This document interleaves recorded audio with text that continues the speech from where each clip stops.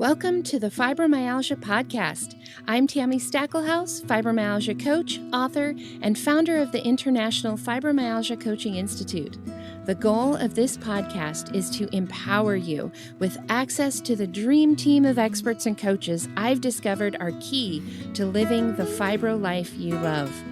From the comfort of your own home, and maybe even your pajamas, I'll help you take back control of your life and health.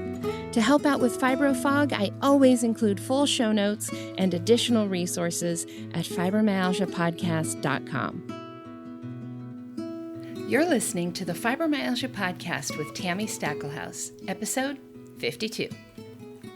Welcome to the Fibromyalgia Podcast. I'm your coach, Tami Stackelhaus. And today's episode is going to be in two parts, one part today and one part in our next episode. Over the next two episodes, I'm going to help you review last year, or I should say this year, as this is coming out right at the end of 2020, and then make a plan for next year, for 2021. So we're going to be reviewing what worked, what didn't work, what you need to really make 2021 your best year yet. Before we get to all of that, of course, I have our listener shout out for you. And this comes from a listener in Canada. This was posted on Apple Podcasts in Canada by Sherry Bumblebee. She says, great practical advice. When nothing seems to work, this gives some practical things to motivate me. Thank you so much for that. And you guys know I am all about the practical stuff here. I've had several conversations over the last couple of weeks that, most of us kind of know what we should do. It's the doing it that's the problem. You guys don't need to have more knowledge necessarily, although that can help. But what is really helpful is how to actually take that information and apply it to your life. So I am all about practical things that you can actually do that will make an impact on your life for the better. So thank you so much for that, Sherry. A couple of quick announcements too. Coming up in the next few weeks, we will have our next Stories of Hope and Healing event. You may remember this from episode number 45, where I shared some clips from the interviews of our graduates. We are doing another event in January. Now, the date and the time hasn't totally been set yet, but if you go to ifcigraduation.com, or just go to today's show notes. It's at fibromyalgiapodcast.com/52 for today's episode. We'll have that link there. Just go and sign up and we will notify you as soon as the day and the time is set. That will also set you up to receive a copy of the recording if you can't attend live. So I hope you can come join us and make that just part of your motivation for this next year to get some stories of hope and some stories of healing so that you know it is possible to feel better and hear what our most recent round of graduates has done over the last few months to improve their own fibromyalgia. Now, as I said at the beginning, today's episode is going to be in two parts. Today, we're going to be talking about how to review the last year. I'm going to walk you through a few things to think about, a few questions. Today's episode will be most powerful for you if you take a listen through and then go back and listen again when you have a journal in front of you or your computer to type on or even just a blank piece of paper, but to actually sit down and do the exercises. You won't get quite as much out of it just listening. You'll get a lot more out of it if you can actually do these exercises as well. And if you can do these today, that I'm going to talk about today, if you do those before the next episode, you'll get more out of the next episode as well. So go to fibromyalgiapodcast.com/52 to today's show notes, and I will actually have a little handout there for you, a little worksheet that has this process on it that you can follow through. Okay, so the whole point of this activity, I do this usually every year in the days that I take off between Christmas and New Year. I sit down and just sort of do a review of the last year. What worked? What didn't work?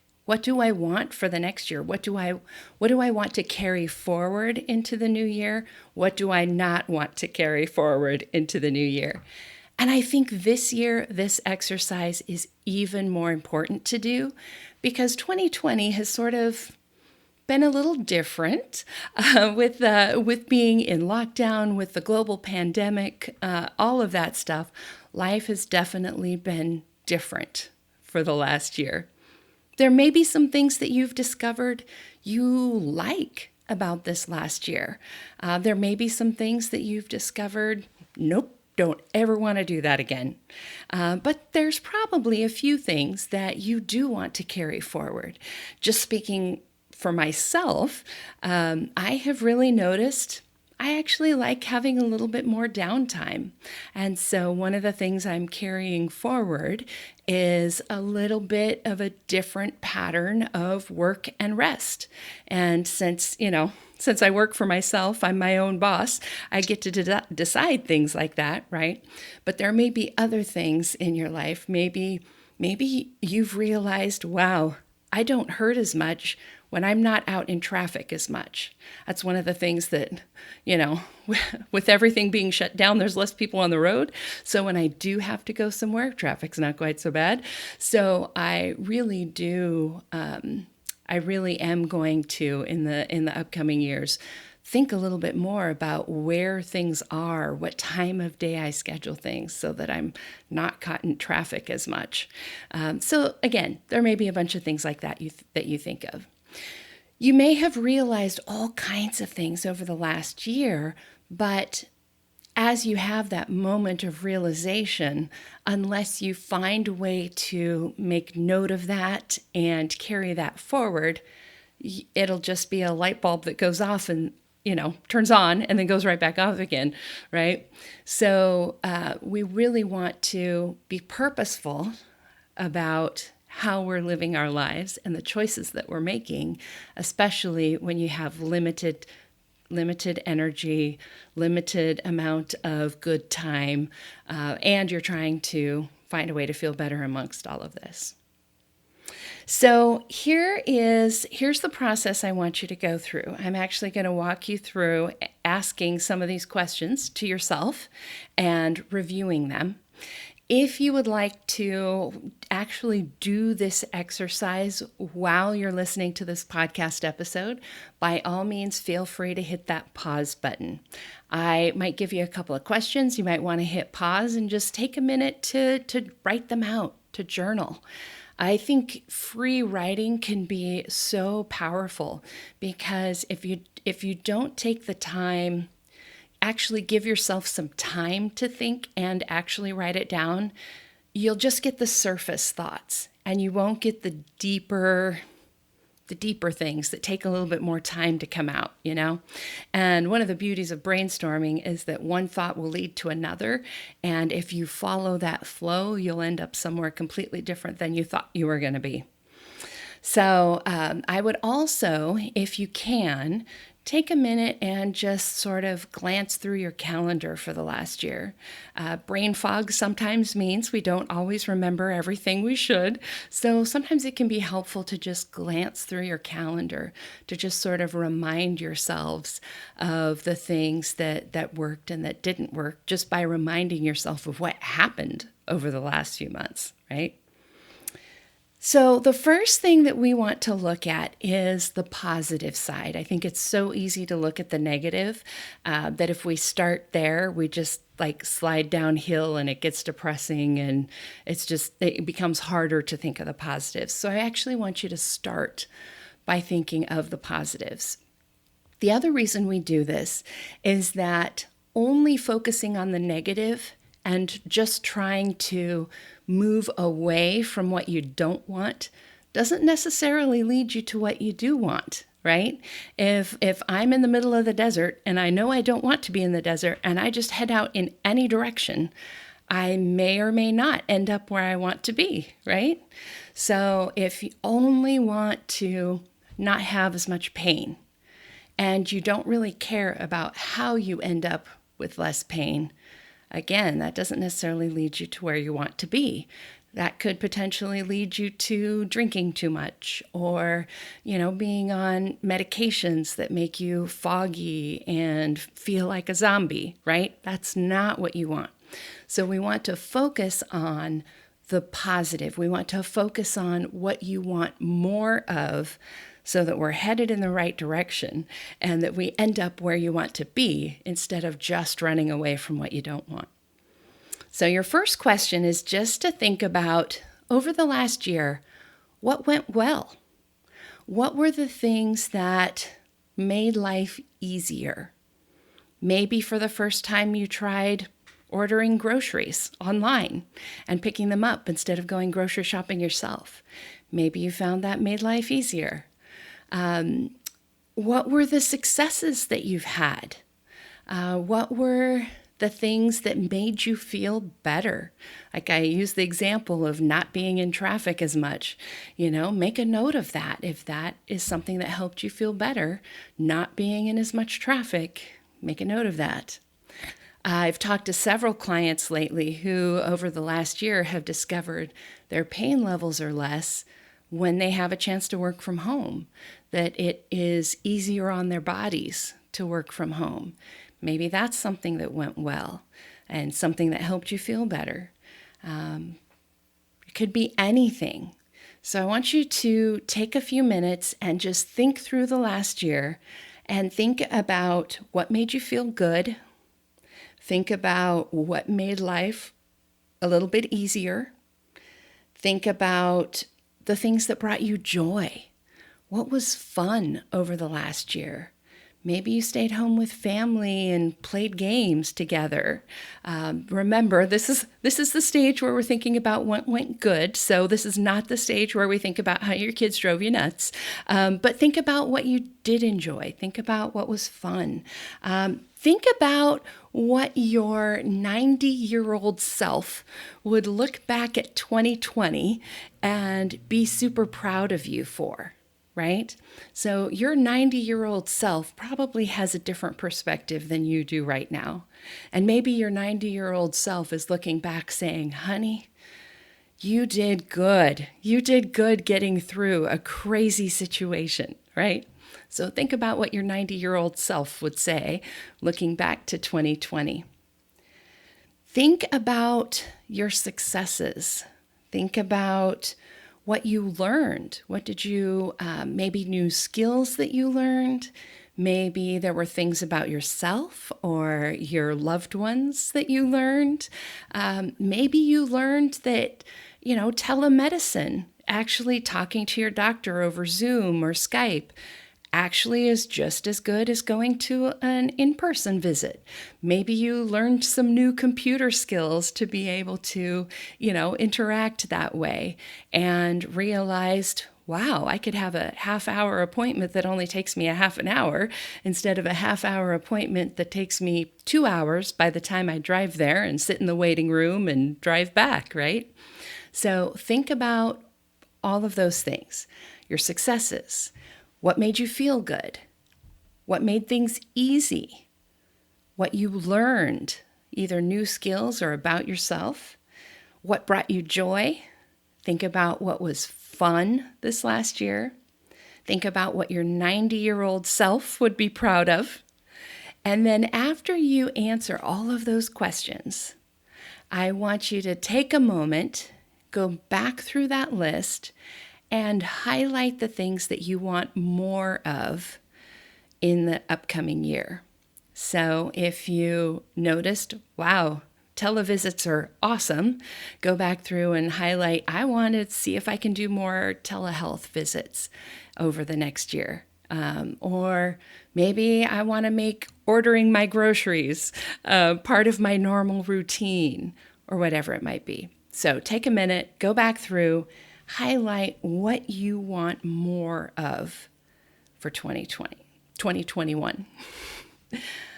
Okay, now, once you've gotten all of that done, now it's time to take a look at what didn't go so well. And I know for some of you, that first part of the exercise, thinking about what went well, that might be a struggle. And what I'd like you to do for all of these exercises is to actually just set a timer, give yourself a specific amount of time. Don't try to think of every single thing. Just commit to yourself that whatever comes up during that time must be the important things, and that if they didn't come up to you, then they were less important for whatever reason. No right or wrong, just trust your intuition. And then also set that timer so that, whether you're struggling with it or whether there's lots of information coming, we're putting a limit on it, because of course our fibro bodies need limits, right? So this next piece is to look at what didn't go so well. So it is good to go towards what we want, but we also need to know what's getting in the way of us having what we want, right? So if there are things that are not going well, we need to realize that so that we can minimize them, we can change them, we can make things different if we need to. So we're going to go through the exact same questions. We're just going to look at them from the other side. So as you look over the last year, think about what made you feel worse. What actually made your fibromyalgia symptoms worse this last year? Maybe the fact that everybody's at home all the time, and you don't have any alone time. That's no good, right? What made life harder, right? For many of you, the fact that you had kids at home and not at school and out of your hair for a little while, that may have made life harder. The fact that maybe you couldn't go out to dinner and, you had to deal with dinner at home. All the extra hoops going through just to keep yourself safe, right? Maybe that made life harder. Washing your groceries when you bring them home, that has made my life harder. So think about those things. What has made your life harder, and what has made your symptoms, your fibromyalgia symptoms, worse? And also, when you're thinking about what makes you feel good or what makes you feel worse, think not just about your fibromyalgia. Think about your emotional health, right? Maybe the isolation of this last year really increased your anxiety or your depression, really feeling isolated. Maybe that made you feel worse, even though maybe your fibro pain and fatigue was better. So we want to look at all sides of this. Think about what you learned in a negative way. Think about what you learned, nope, don't want to ever do that again. Think about what wasn't fun. Right? Think about what your 90-year-old self would say, oh, honey, I wish we hadn't done that. Or I wish we had done that, but we didn't, right? What are the things maybe that you missed out on that you could have done something different about? And how do you want to change that? And just generally think of, what do you want less of this next year? And I do want to say, as we're doing this exercise, the exercise in this episode is to identify those things, not to figure out how to change them. So today is just about identifying, what do you want more of? What do you want less of? And what do you need to get there, which will be our next section here. But I did want to take a pause and just remind you, we're not trying to find how right now. We're not trying to figure out how we're going to make things different or how we're going to change the world because we're feeling isolated, right? That's not the point of today. Today is just identifying those things that you want more of, those things you want less of. Now, this next section that I've alluded to a couple of times is, what do you need? So as you look back over those two lists that you just made, what went well? What do you want more of? What did not go well? What do you not want more of? What do you want less of? And then now that you've identified those things, what do you need in order to have more or less of those things, right? So for instance, maybe you identified that, working from home, it really helps me. I'm able to actually work more and do better work and not feel so bad when I am able to work from home. So maybe one of the things you need is to have a conversation with your boss, about how you're going to be able to continue to work from home as things start opening up.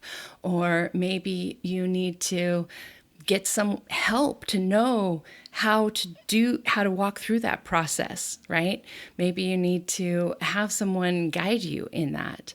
Maybe you've identified that, eating at home, we've been eating a little bit healthier. So now what I need is, some ideas on how to keep doing this. Maybe I need a little bit of accountability as life starts to go back to the way it was before, things starting to open up, when restaurants open up again or whatever, how do you maybe need some accountability to do that? So think about what you need. Is there knowledge that you need in order to make some of these changes? Is there accountability that you need to make some of these changes? Are there changes that need to be made at work, at home? Do you need your family to help out more? Do you need to be more purposeful about having social engagements and getting together with friends and relatives, even if it's on Zoom? What do you actually need? Now, asking that question, what do I need, sometimes brings up really, really interesting stuff. I was doing a workshop once, and the person that was leading the workshop asked us all that question: what do you need right now? And the answer that I got at the time was, I need to light a candle and I need a snack. I was like, light a candle, need a snack. What does this have to do with doing my work? But intuitively, I knew that, I needed a snack to keep my brain functioning properly and keep my energy up. And the candle I needed to light was like a lemon-scented candle. So again, it just kind of gave me a mental lift to light that candle, to smell the lemon, and to do my work. So don't discount anything that might come up for you as you ask that question: what do I need for this next year? Now, as I said, this episode is not the one where we're going to talk about how to do all of these things. We're going to actually talk about that in our next episode. So I hope you'll come right back, and do take some time to sit down and write through these things.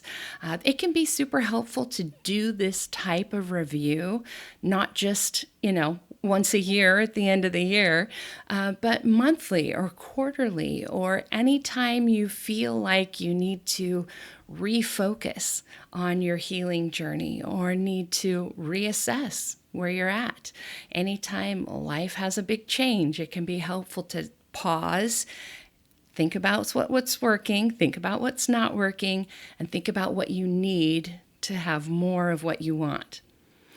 It can also be very important to separate the creative brainstorming half of this from the editing, how am I going to do this half of things, right? Which is why I'm actually doing this as two separate episodes, because the part of your brain that creates is not the same part of your brain that edits. So that's one of the things you'll learn when you write a book. After having written 2 of them, you don't edit at the same time that you're writing.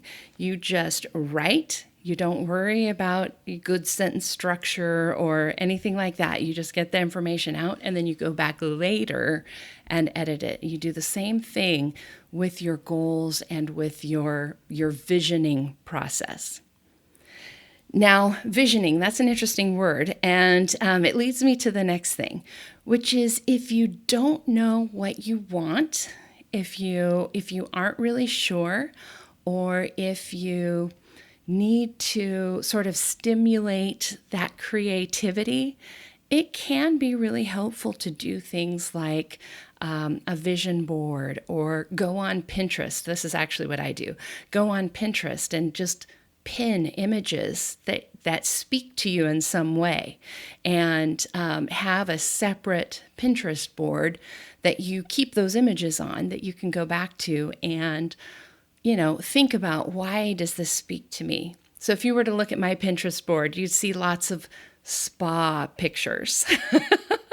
You'd see lots of just like comfortable, relaxing. You would see a lot of doors, actually, doorways. You would see a lot of stars and nature and beauty. And all of those speak to my values. When I went back and looked at them all, right? The doorway actually speaks of what I'm doing here with you right now. I see the people that I work with as sort of being stuck inside a prison cell, inside a room that they can't get out of. You're stuck in a body that doesn't work quite right. And that doorway is your pathway to a better life. So that's what the doorways mean to me. So think about what you want to create in the next year. Over the next 2 weeks between now and the next episode, go through this exercise, identify what you want more of, identify what you want less of, identify what things you need help with, what kind of help you might need. Somebody to help clean your house, a massage therapist, a good doctor, a coach to guide you, whatever it might be. Think about what you need, and then think about what you want to create in the next year, specifically in regards to your health journey. Think about, and again, going to someplace like Pinterest or looking through magazines, cutting out pictures, things that represent what that new life would look like for you. All right, so come back next time. We're going to talk a little bit more specifically about the house, and then that will be our episode that comes out right at the beginning of January. And remember to go and register for our next Stories of Hope and Healing event.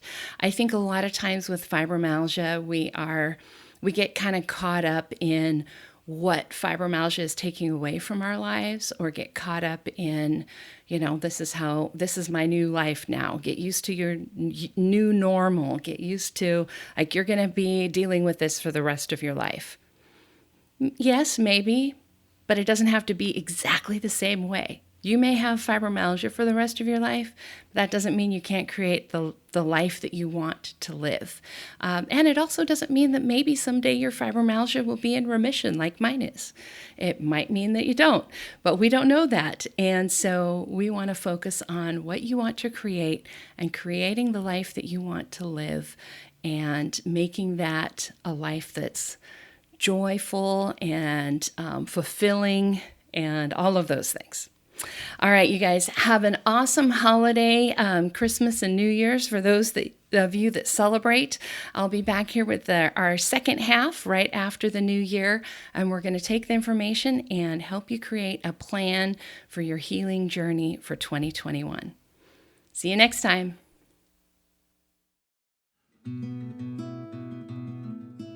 And that wraps up another episode of the Fibromyalgia Podcast. If you're ready to see if working with a fibromyalgia coach can help you feel better faster, visit fibromyalgiapodcast.com, where you can schedule a complimentary consultation to explore your options. During this call, we'll discuss your fibromyalgia journey, what your needs and challenges are, and give you recommendations on how to reach your goals the quickest way possible. Thank you for tuning in today, and join us next time as we explore more ways to help you take back control of your life and health. My music and sound editing were done by Daniel Munkus at Subtle Soup Records. Podcast management and creative copy by Sonia Louise of Performance Podcasting.